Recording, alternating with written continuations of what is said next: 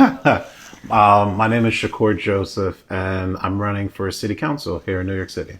Being a part of the everyday person's experience gives me a different type of outlook on how to best support people, right? Like, I've been evicted once, right? I have had to work 3 jobs just to pay for basic things like food and rent.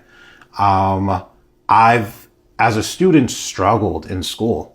I struggled in a school that had very little resources and very little staff to support me. Bernie Sanders, like, he is literally the person that inspired me to actually get into politics. I think like he's like super dope. Greatest person that I've ever listened to. I live in the same district that I'm running in right now. I was born and raised in that same district. My connection to incarceration reform really goes back to my childhood. When people don't have access, they find the means anywhere, right? And I have 7 brothers. All of my brothers have been incarcerated at some point inside of their lives.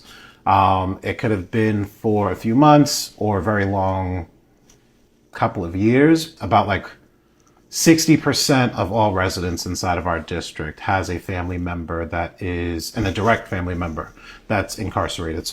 When you get released from prison and you've done your time, like, what are the things that are going to be put in place to make sure that you're not going back?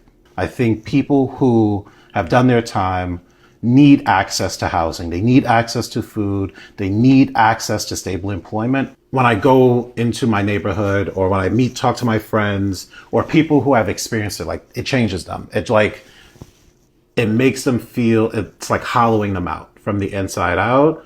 And I think the reform piece allows us to keep a little bit of humanity inside of people. I have students at my current job who we have to give them laundry cards on a weekly basis just to make sure that, like, their family has clean clothes.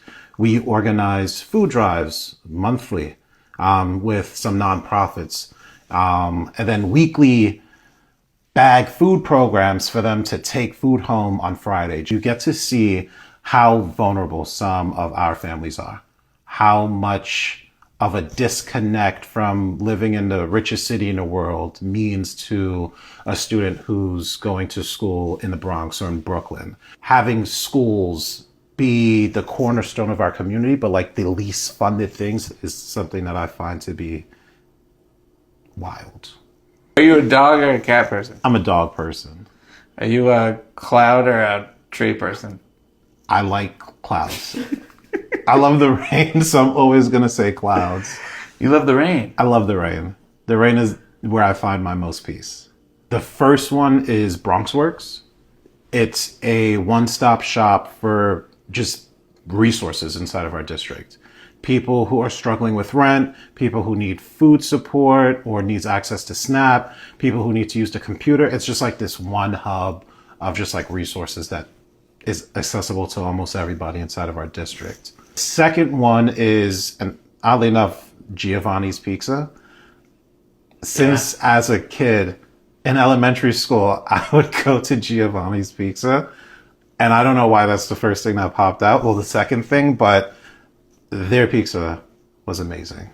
Like, this is a slight plug for you all. Pizza is a very powerful human phenomenon. The third entity that I think about is Yankee Stadium. Like, that's in the core of the district, and a Yankee game will bring such diversity, such uniqueness to the Bronx that is actually kind of impressive. It's actually kind of beautiful. I urge folks to vote. June 24th is the primaries. Come out and make your voice heard. You have the opportunity to make your community so much better, and it's about the people that you put in place to represent you.